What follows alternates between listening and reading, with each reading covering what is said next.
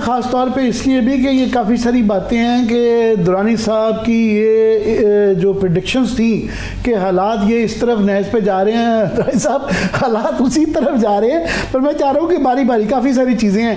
पहली तो जो अमेरिका का आपको बताया ये जो बयान आना, तो मुशाहिद हुसैन सैयद साहब हमारे मतलब सीनियर हैं, दोस्त हैं, तो उनका ये बार बार ये कहना था कि जी आप 5 नवंबर का इंतज़ार करें, वहाँ से ये अगर ट्रंप जीत गए तो एक फ़ोन आना है यहाँ मामला। तो वो 5 नवंबर तो छोड़ रहे हैं, ये पहले ही ये इसी जून के महीने में ये बयान तारे चुके हैं। How serious is that? बिस्मिल्लाहिर्रहमानिर्रहीम।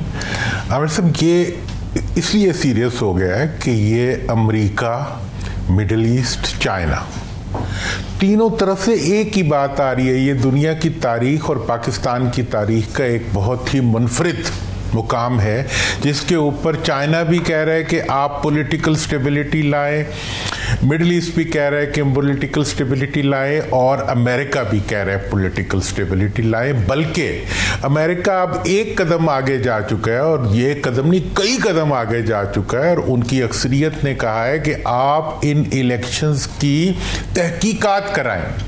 इसका मतलब यह है कि हमें पहले से, मैं रास्ते में जब ये खबर आई तो मैंने बच्चे से पूछा, वो कहने लगा कि अबू ये अगर उनके इलेक्शन में कुछ होगा तो क्या हमारी भी पार्लियामेंट करारदाद पेश कर सकेगी? मैंने कहा कि उनकी करारदाद तो हमें भी पेश कर लेनी चाहिए, लेकिन जो आँख खाती है वो शर्माती भी तो है ना। आप उनसे वो कुछ मांगते हैं, ठीक है ना जी, जो आपके खुद करने के काम है। आप कहाँ खड़े हुए, आपको तो एक चाइना को आके आप सबको, और ये बात आप विटनेस है कि मैंने 20वीं दफ़ा कही कि इन तीनों इश्यूज को एड्रेस कर लें, पॉलिटिकल रिकन्सिलिएशन को, इंटरनल सिक्योरिटी को, और इसकी इकोनॉमिक स्टेबिलिटी के जो इश्यूज हैं ये आपस में जुड़े हुए हैं, इन्हें एड्रेस करने, वरना कोई मुल्क आएगा और आपको लाइन में बिठा के आपसे ये सब कुछ कराएगा।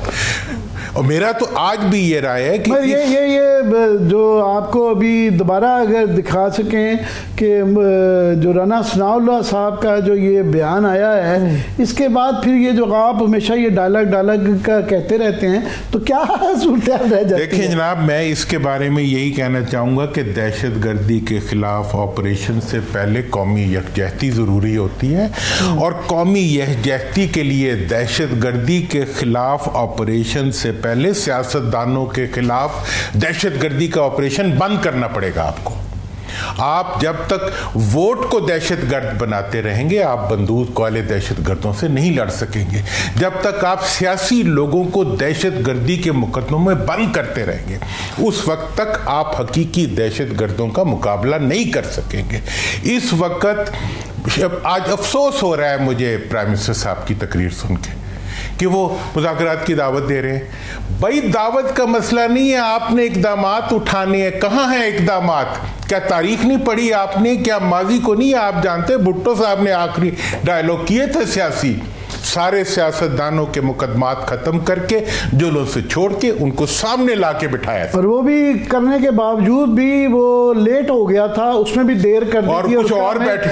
रेस्ट इज हिस्ट्री वो जो कहते हैं। मैं ये इसी तरफ ही आपके तवज्जो चाह रहा था कि ये इसके बाद जो है अब मुझे नहीं समझ आ रही कि कल फॉर एग्जाम्पल एक उम्मीद लग गई थी पीटीआई वालों को कि इद्दत का एक केस है, एक मेजर केस इमरान खान के खिलाफ यही रह गया, और इस बात का बहस चल रही थी कि क्या वो छूट जाएंगे कि नहीं छूट जाएंगे।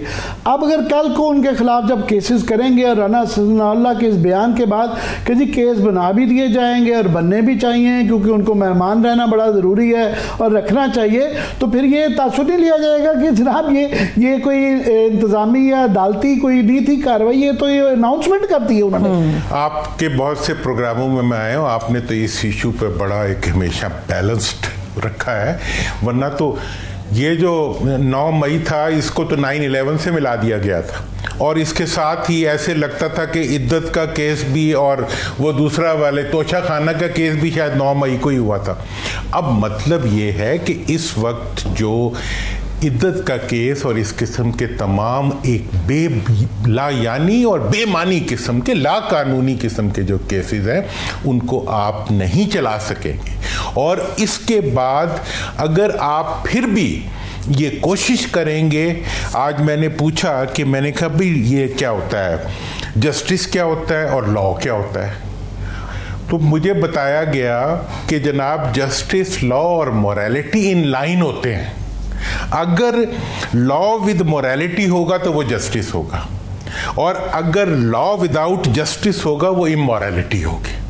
तो मतलब ये है कि आप कानून, यही कुछ आपका अभी हो रहा है इसके अंदर। मॉरल अथॉरिटी, इखलाकियात के बगैर कानून नहीं होता। नहीं है। ठीक है, अगर आप जस्टिस विदाउट लॉ हो जाएगा, इंसाफ नहीं होगा। इंसाफ नहीं होगा। तो मतलब ये है कि ये वो प्रिंसिपल्स हैं जो किसी लॉ के तालिब इल्म को पहले दिन पढ़ाए जाते हैं।